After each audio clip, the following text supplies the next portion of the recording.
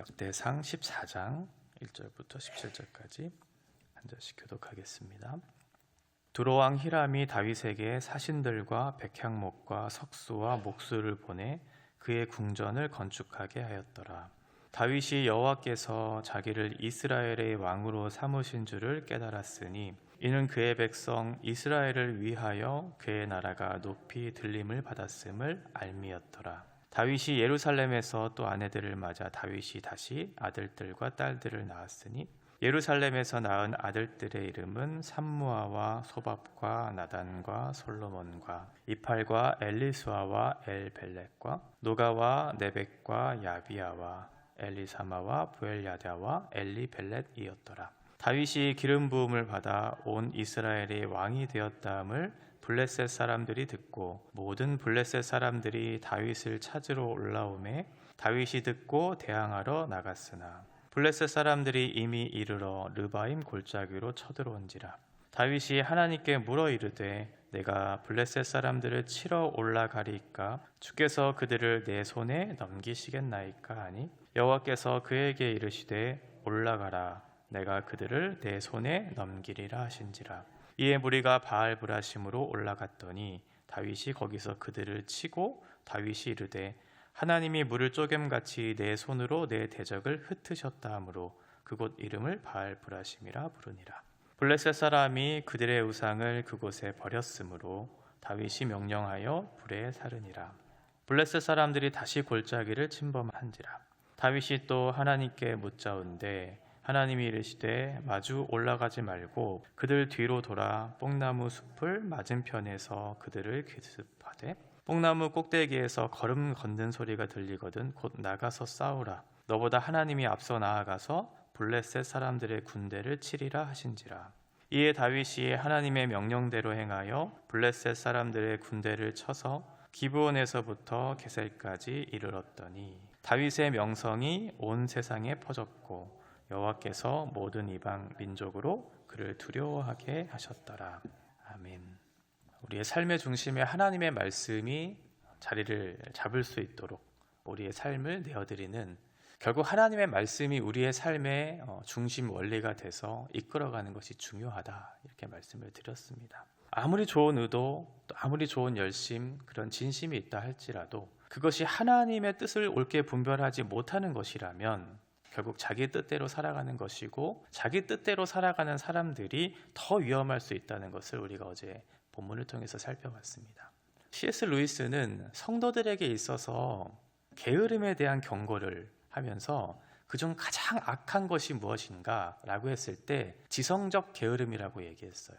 그러니까 하나님에 대한 말씀에 대한 그런 연구, 묵상 이런 것 없이 자기의 생각과 자기의 마음의 결정을 따라 살아가는 것이 하나님 앞에 가장 악한 것이라는 그런 위험성을 경고하고 있었던 것이죠. 이제 이 말씀을 가지고 우리는 어떻게 적용해야 할 것인가에 대한 그런 문제가 남았어요. 오늘 본문의 상황을 보면 다윗이 이스라엘의 왕이 되었다는 소식을 들었고 그 소식을 들은 그 사람들 중에 두 부류의 사람들이 찾아오기 시작합니다. 하나는 우호적인 관계, 그 다윗의 왕궁을 지어주겠다라고 하는 우호적인 관계에 있는 두로왕 히람, 그리고 한편으로는 그 소식을 듣고 이스라엘을 파괴해야 되겠다라고 하는 적대적인 관계를 맺고 있는 블레셋 사람들, 이 두 부류의 사람들이 찾아와요.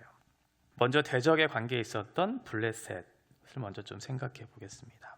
블레셋 사람들은 이스라엘의 왕이 다윗이 되었다, 그리고 점점 그것이 강성해지고 있는 그런 소식을 듣자마자 전쟁을 하러 지금 오는 상황들이 묘사되고 있어요.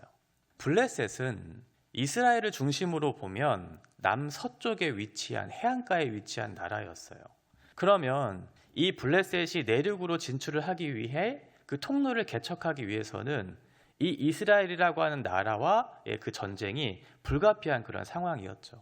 그래서 끊임없이 이스라엘을 괴롭히고 대적했던 나라가 블레셋인데 우리가 잘 알고 있는 것처럼 그런 블레셋과의 전쟁에서 여러 가지 어떤 상황들을 맞이하게 되는 것을 성경을 통해서 확인할 수 있죠. 그 대표적인 것이 무엇이냐면 블레셋과의 전쟁에서 패배한 이후에 하나님의 궤가 빼앗기는 일들이 일어나기도 하고요. 그리고 이스라엘의 초대 왕이었던 사울 그리고 그의 아들들이 블레셋에 의해서 죽임을 당하는, 그만큼 적대적인 관계에 있었던 그런 나라가 블레셋이에요. 그런데 다윗이 왕이 되고 나서 그 나라의 중심의 진영에 하나님의 말씀을 두고 이제 그 나라가 점점 강성해지고 있는 그런 모습을 보자마자 블레셋이 쳐들어온 거죠. 그 쳐들어온 위치가 르바임 골짜기라고 하는 곳으로 쳐들어와요. 이 르바임 골짜기는 북쪽에 있는 갈릴리 그리고 남쪽의 유다의 딱 한가운데 있었던 골짜기예요. 그러니까 이스라엘의 딱 중심부로 쳐들어와서 지금 이스라엘을 공격하려고 하고 있는 그런 상황이죠. 전쟁의 위험에 있어요. 그때 그 이스라엘의 왕인 다윗이 해야 할 일은 어떠한 것일까? 전쟁을 해야 되겠죠, 당연히. 그때 다윗이 했던 반응을 보면 10절에 보면 하나님께 물어요. 먼저 물어요. 블레셋을 치러 올라가는 것이 옳습니까? 그들을 저의 손에 넘겨주시겠습니까? 라고 묻죠. 그리고 나서 들어요. 하나님의 말씀을 듣고 하나님께서 올라가라. 내가 내 손에 이 대적을 넘기겠다. 라고 하는 그 말을 듣고 나서 그리고 나서 11절에 행동을 하기 시작하죠. 올라가서 그들을 쳐요. 다윗은 굉장한 전쟁에 있어서의 장수이자 전략가였거든요. 그 블레셋의 장군이었던 골리앗을 무찔렀던, 현장에서 무찔렀던 그런 장수예요. 현장에 경험이 있었던 그런 사람이고요. 그리고 사울을 피해서 망명했던 곳이 블레셋이잖아요. 그런 4년간의 시간 동안에 그 블레셋이 어떤 나라였는지 정확하게 파악했을 전문가, 전략가, 이게 다윗이었어요. 그럼에도 불구하고 자기가 잘 알고 있을, 자기가 잘 할 수 있을 그 일들에 대해서도 묻는 거죠. 자기의 경험, 자기의 능력, 그것을 믿지 않고 하나님께 물었고 하나님 앞에 묻고 나서 듣고 나서 순종한 결과 전쟁에서 승리했어요. 과거의 어떤 경험, 자기가 알고 있는 실력이 아니라 하나님께 물었던 거죠. 그런데 또다시 블레셋이 찾아와요. 그럼 어떻게 해야 될까요? 바로 직전의 전쟁에서 승리했고 하나님께서 묻고 하나님 앞에 순종한 결과 승리를 경험했다면 그대로 행하면 되겠죠. 그럼에도 불구하고 다윗은 다시 한번 들어요. 하나님 어떻게 해야 할까요? 묻고 하나님의 뜻을 들어요. 이제 방법이 달라졌어요. 마주 올라가지 말아라. 맞서 싸우지 말아라. 그리고 나서 하나님께서 주신 방법은 뽕나무 숲을 맞은편으로 가서 그들의 기습을 준비해라. 그리고 뽕나무 꼭대기에서 그들의 걸음소리가 들렸을 때 그때 쳐라. 하나님이 매우 구체적인 상황들을 알리시고 구체적인 시간까지도 알리시는, 다윗에게 있어서는 어쩌면 이것이 자존심 상하는 일일 수도 있었을 것 같아요. 기고만장할 수 있는 그런 위치에서 그렇게 자기의 경험과 뜻과 생각대로 할 수 있는 그런 상황 속에서도 다윗은 하나님의 말씀에 순종했어요. 왜 그랬을까요? 이전에 경험이 있었기 때문에 그렇죠. 하나님의 말씀대로 행하지 않은 결과 하나님의 무서운 진노가 그들에게 임했다는 것을 알았고 경험했어요. 우사가 죽었어요. 하나님은 우리의 선한 의도와 열심과 진심과는 상관없이 하나님의 뜻대로 행하는 것을 기뻐하시는구나. 너무나 당연해 보이는 그 상황 속에서도 하나님의 뜻을 묻고 하나님의 뜻에 순종하는 것이 옳은 것이구나 라는 것을 깨닫고 이전의 실수를 반복하지 않았어요. 이게 중요한 거죠. 이전의 경험들이 있었거든요. 하나님 말씀에 불순종하면 어떠한 일이 있을 것인가에 대한 경험이 지금의 모습을 만들어낸 거죠. 그리고 전쟁에 승리했어요. 승리하면 보통은 승리한 그 국가가 전쟁을 했던 그 나라의 우상을 빼앗아오는 관습이 있었죠. 그런데 다윗은 그대로 하지 않았어요. 그 일반적인 관습을 따라서 그 우상을 가져온 것이 아니고 하나님의 말씀을 다시 한번 생각했어요. 신명기 7장 5절의 말씀처럼 우상을 불태워라. 하나도 남김없이 우상을 불태워라. 그 명령에 순종하면서 하나님의 궤를 옮겼던, 실수했던 그 실수를 반복하지 않고 말씀에 순종하는 모습을 보여줘요. 끝까지 순종하는 거죠. 한 번만 순종하지 않았어요. 반복해서 순종했고 끝까지 순종했어요. 선한 의도가 중요한 것이 아니다. 자기 경험에 자기의 보기에 옳은 것이 중요한 것이 아니다. 중요한 것은 하나님의 방법, 하나님의 뜻대로 행하는 것이 중요하다는 사실을 알았고 알 뿐만 아니라 그대로 순종했어요. 신앙생활을 오래 하다 보면 이전에 했던 일을 그대로 답습하는 경우들이 많죠. 보통은 자기의 뜻대로, 자기의 생각대로, 자기의 경험대로 그대로 하는 경우들이 많아요. 왜냐하면 이전에 그렇게 했었을 때 성공적이었기 때문에 그렇죠. 그래서 보통은 자기의 생각과 자기의 뜻대로, 자기의 경험대로 해요. 그러면 결론은 어떻게 맺어지게 될까요? 그 결과는 뭘까요? 자기 자랑이에요. 자기 자랑. 내가 했다 이거죠. 내가 해봤다. 그리고 내가 했다. 언제 이런 일이 일어나는가? 일이 익숙해질 때, 설레임이 없어질 때, 그 일에 능수능란하게 됐을 때 보통은 자기의 생각과 자기의 뜻과 자기의 경험대로 해요. 그리고 자기의 자랑으로 결론을 맺어요. 우리는 항상 겸손해야 돼요. 이전의 겸손이 아니고 지금도 겸손해야 되고 끝까지 순종하면서 겸손해야 되죠. 어거스틴과 제자의 유명한 대화의 일화가 있어요. 어거스틴의 제자가 어거스틴에게 물어요. 선생님, 하나님 앞에 가장 큰 덕목이 무엇입니까? 하나님 앞에 가장 큰 덕이 무엇입니까? 라고 했을 때 어거스틴이 대답해요. 겸손이다. 그러면 두 번째 덕은 무엇입니까? 두 번째도 겸손이다. 그럼 세 번째는 무엇입니까? 라고 했을 때도 겸손이다 라고 얘기하죠. 첫 번째도 두 번째도 세 번째도 끝까지 겸손하라는 거죠. 그때 제자들이 다시 한번 물어요. 그러면 선생님, 겸손의 반대는 무엇입니까? 겸손의 반대는 교만이다. 그러면 교만은 무엇입니까? 교만은 자기가 겸손하다고 생각하는 것이 교만이다.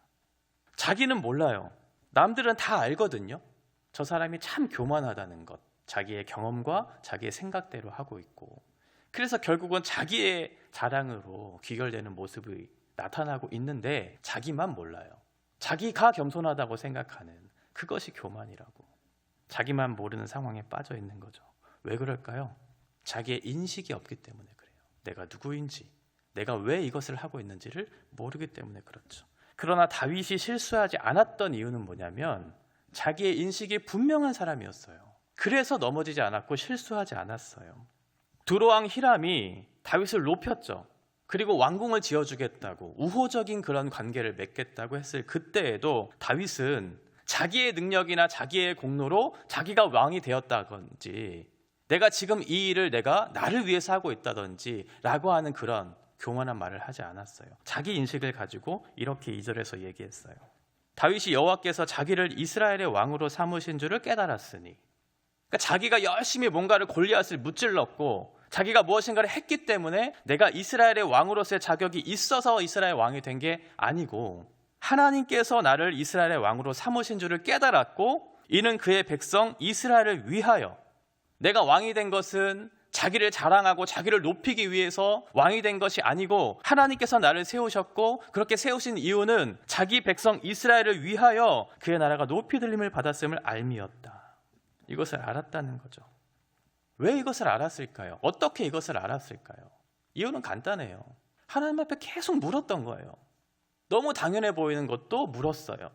묻고 또 묻고 또 듣고 또 듣고 또 듣고 그렇게 인생의 길을 걸었던 사람이었기 때문에 하나님 앞에 마음이 합한 사람이다, 이런 평가를 받았던 것이고 하나님 쓰시기에 합당한 그런 그릇이 되었던 것이죠.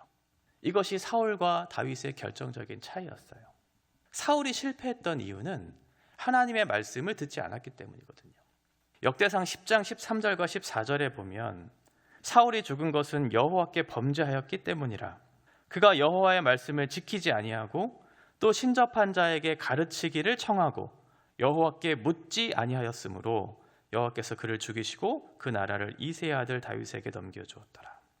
다윗은 하나님께 물었고 사울은 신접한 자에게 물었어요. 그 결과 어떻게 됐는가? 다윗의 자손은 강성해졌고 사울의 자손은 죽었죠. 다윗은 승리했고 사울은 패배했어요. 다윗은 우상을 태웠고 사울은 우상의 다곤, 그 묘에 자기의 머리가 매달리는 그런 비참한 현실을 맞이하게 되었어요. 하나님은 어떠한 사람을 쓰시는가? 하나님께 묻고 하나님의 말씀을 듣고 그 말씀을 듣는 것을 순종하는 사람. 두 번째는 하나님 앞에 자기의 자리를 인식하는 사람, 자기의 자리를 알고 겸손히 행하는 사람, 이런 사람들을 쓰신다는 거예요. 우리의 블레셋도 마찬가지예요. 우리의 블레셋, 그것이 어떠한 대상이든지 나를 대적하고 나를 힘들게 하는 그 대상이 어떠하든지 우리는 그것들을 어떠한 방식으로 대해야 하는가. C.S. 루이스는 이런 얘기했어요. 고난은 종종 평범한 사람을 비범한 운명으로 이끈다. 그렇게 살게 한다. 그러니까 고난 자체가 꼭 나쁜 것만은 아니라는 거예요. 내 인생에 블레셋 이런 것들이 있다면 평범한 나로 하여금 비범한 삶을 준비하게 하는 하나의 수단이 된다는 것이죠. 평범한 나로 하여금 비범한 삶을 살게 하는 하나의 수단이 되는 그 블레셋은 누구인가? 무엇인가? 그동안 걸림돌이라고 생각했던 것들이 오히려 디딤돌이 될 수 있다. 인생의 길을 묻는 자들에게 오히려 길을 열어주는 하나의 도구가 될 수 있다는 거죠. 그러나 걸림돌이 무조건 디딤돌이 되는 건 아니에요. 중요한 건 무엇이냐? 하나님의 말씀 앞에 그것을 묻고 듣고 순종하는 사람들, 나의 자리를 인식하고 겸손히 행하는 사람들에게 있어서 그것이 디딤돌이 되는 거죠. 말씀 앞에 우리가 어떠한 자세를 취해야 하는가, 말씀이 들려졌을 때 주님 앞에 다시 한번 묻고 또 듣고 또 순종하는 자세를 통해서 내가 누구인지를 확인하고 겸손히 주의 말씀에 순종할 때 하나님께서 모든 상황들 속에서도 나의 인생을 다루어 가시는 그 인생의 길을 열어주시는 하나님을 경험하게 될 것입니다.